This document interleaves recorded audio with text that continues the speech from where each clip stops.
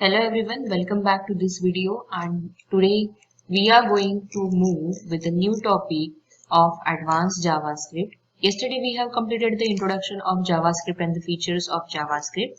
Today we are going to discuss about two types of scripting, that is client side scripting and server side scripting. So what is client side scripting and server side scripting, which is given into your textbook? So server side and client side, these are the two types of scripting which we are going to use. In client side scripting, this scripting type is the one where the script resides on client computer. So client computer and server computer के लिए मैं आप लोगों को एक diagrammatic representation भी देने वाली हूँ.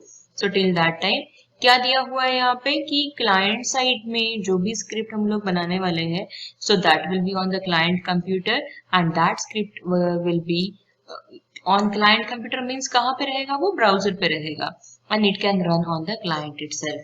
Basically, these types of scripts are placed inside the HTML document. तो जैसे हम लोग नॉर्मल जावास्क्रिप्ट के प्रोग्राम अगर परफॉर्म करते हैं तो जो भी स्क्रिप्ट हम लोग यूज करेंगे that will be the client one, as we will be on the client side scripting mode. Now what comes when it is server side scripting? So in the server side scripting, or in this type of scripting, script resides on web server. To execute the script, it must be activated by the client, then it is executed on the web server. तो क्या बोला गया है यहाँ पे server side में कि scripts reside on web server. Client side में कहाँ पे रहता है, तो क्लाइंट कंप्यूटर पे रहता है, और सर्वर साइड पे वेब सर्वर पे रहेगा. नाउ अभी अगर मुझे इसे एग्जीक्यूट करना है कोई भी स्क्रिप्ट को, तो सबसे पहले that need to get executed by client first and then only it will be executed by server side. अब इसका अगर डायग्रामेटिक रिप्रेजेंटेशन हमें चेक करने का है तो मैं इसके लिए एक डायग्राम ओपन कर रही हूँ. सो स्टूडेंट्स, ये जो डायग्राम दिख रही है आपको, this is the diagram for client side scripting and server side scripting. दोनों के बीच में क्या डिफरेंसेस है, कैसे पॉइंट्स एक्सप्लेन किए जा सकते हैं, वो मैं आपको यहाँ पे बताने वाली हूँ. So here into the client side scripting अगर आप देखोगे, सबसे पहले मैं एक बता दूं कि स्क्रिप्टिंग करने के ये दो तरीके हो गए, client side and server side. अब ये जब क्लाइंट साइड पे स्क्रिप्टिंग करेंगे तो क्लाइंट साइड हो जाएगा. क्लाइंट साइड पे स्क्रिप्टिंग करना यानी क्या, तो जो भी स्क्रिप्टिंग का कोड लिखेंगे उसको ब्राउजर पे एग्जीक्यूट करना. वेराज अगर सर्वर साइड स्क्रिप्टिंग देखते हैं तो सर्वर साइड स्क्रिप्टिंग का मीनिंग क्या होगा कि जो भी स्क्रिप्ट हम लोग एग्जीक्यूट करने वाले हैं वो सर्वर के सपोर्ट से ही एग्जीक्यूट करना. So that will go for server side scripting. Now अगर मैं ये एग्जांपल लेती हूँ कि यहाँ पे एक ब्राउजर दिख रहा है जिसमें क्लाइंट साइड स्क्रिप्टिंग का अगर एग्जांपल लेते हैं हम लोग, तो यहाँ पे ब्राउजर में मैंने कोई तो भी जावास्क्रिप्ट का प्रोग्राम लिखा, उसको मैंने ब्राउजर के साथ में एग्जीक्यूट किया, और वो जो रहेगा ब्राउजर के साथ वाला मेरा प्रोग्राम जो रहेगा, वो प्रोग्राम को मैंने नेटवर्क पे अपलोड किया. अब अगर इसको एग्जीक्यूट करने का है आगे में सर्वर साइड के साथ में, तो this will communicate with the server. Server पे क्या रहेंगे, सर्वर पे कम्युनिकेट करने के लिए there will be different applications, that is helper applications हम लोग बोलेंगे, जो क्लाइंट से, क्लाइंट यानी हम लोग हो गए, क्लाइंट से सर्वर, जो इंटरनेट कनेक्शन देके हम लोगों को एक सर्वर पेज प्रोवाइड किया जाएगा, वहां पे ये प्रोग्राम सेव होगा. ना ये प्रोग्राम जब सर्वर पे बन रहा है तो उसके एक अलग अलग पैकेट्स बनेंगे. जैसे कि मैं अगर बोलूंगी, या पैकेट्स बोलने के अलावा इसको पेजेस भी कहा जा सकता है. सर्वर साइड के अलग अलग पेजेस बनेंगे जिसमें एक तरह का हर एक के लिए एक लोकेशन जो है वो सेट रहेगा. जैसे कि अगर मैंने N1 N1 के नाम से कोई एक प्रोग्राम है तो N1 का एक अलग पेज बनेगा, N2 का, और उनके अंदर में ही उसके सारे जो शीट्स है वो सेव होते जाएंगे. API का मीनिंग होता है application program interface, and CGI is computer graphics imagery program.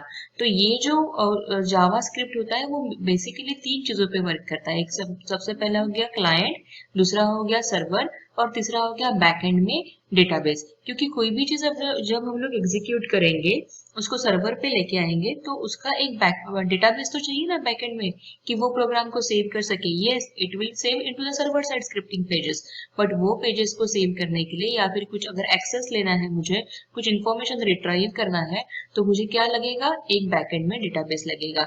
तो तीन चीजों पे जावास्क्रिप्ट के प्रोग्राम का एग्जीक्यूशन हो सकता है when we are going to execute JavaScript for making dynamic web pages. कौन सी तीन चीजें, तो client, server and database.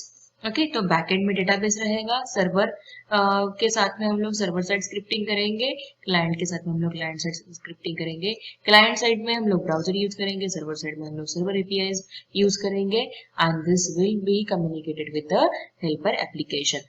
Now अभी इसके डिफरेंशिएटिंग के पॉइंट्स जो है वो जो मैंने 4-5 पॉइंट्स निकाले हैं उसके साथ में मैं आपको बताती हूँ कि client side versus server side scripting में डिफरेंसेस कौन से पॉइंट से किया जा सकता है।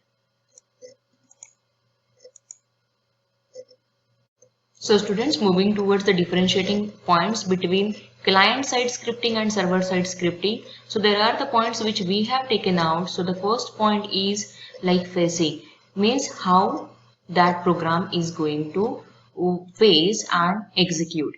So the first into client-side scripting, it is front-end. So it runs on the user's computer, that is V, and server-side में it is back-end. So front end and back end का meaning क्या होगा? So it runs with the user computer and it is back end, so it runs on the server. Now next point is about the purpose. So interfacing. Now what is the meaning of interfacing over here? How it is going to communicate, interface between the user and the server communication. So collection of user input interfacing with the server. So client side में क्या होगा कि interface provide किया जाएगा और वो interfacing कैसे होगा कि it is in between the input which is given by the user and the communication with the server. Now when it is into the server side scripting, so processing कैसे रहेगा? यहाँ पे interfacing हो रहा है. Purpose क्या है client side का? Interface provide करना. सर्वर साइड का पर्पस क्या है? तो प्रोसेसिंग करना. प्रोसेस क्या करना है? प्रोसेस डेटा को करना है, ट्रांजैक्शंस को करना है, जो भी कंप्यूटेशंस या फिर जो भी इंस्ट्रक्शंस मिलते जाएंगे उस हिसाब से प्रोसेसिंग करना है. सो सर्वर साइड में ओनली प्रोसेसिंग रहेगा एंड वेयरएज क्लाइंट साइड में इंटरफेसिंग रहेगा. So these are the purpose of client and server. Now when we will go for the title under code transparency. So what code transparency says? It is fully visible. So scripts can be viewed by the user. Processes can be made viewed and controlled by a debugger. So client side scripting में क्या होगा? So scripts can be viewed by the users. Users जो है वो view कर पाएंगे scripts को and this can be controlled by the debugger also. In case कुछ प्रॉब्लम आया तो बग फिक्स करने के लिए डिबगिंग भी प्रोसेस के टाइम पे scripts will be available. So code जो है that will be fully visible into client side scripting. Whereas अगर हम लोग सर्वर साइड स्क्रिप्टिंग देखते हैं तो कोड जो है वो इनविजिबल रहेगा and scripts are not open to the users, processes are transparent और totally invisible to the user. तो जो सर्वर साइड पे रहेगा वहां पे कोड जो है वो आपको इनविजिबल रहेगा एंड क्लाइंट साइड पे फुल्ली विजिबल रहेगा. Now moving towards the point of security, which is one of the important point. So it is less secure. Code जब अवेलेबल है इजीली हम लोग कोड को व्यू कर सकते हैं तो उसमें चेंजेस भी कर सकते हैं. So it is less secure, restricted to a sandbox but generally less secure as users can see and mess with the scripts. Just what I have told you कि अगर कोड अवेलेबल है तो code के साथ में खेला जा सकता है, कोड को चेंज किया जा सकता है.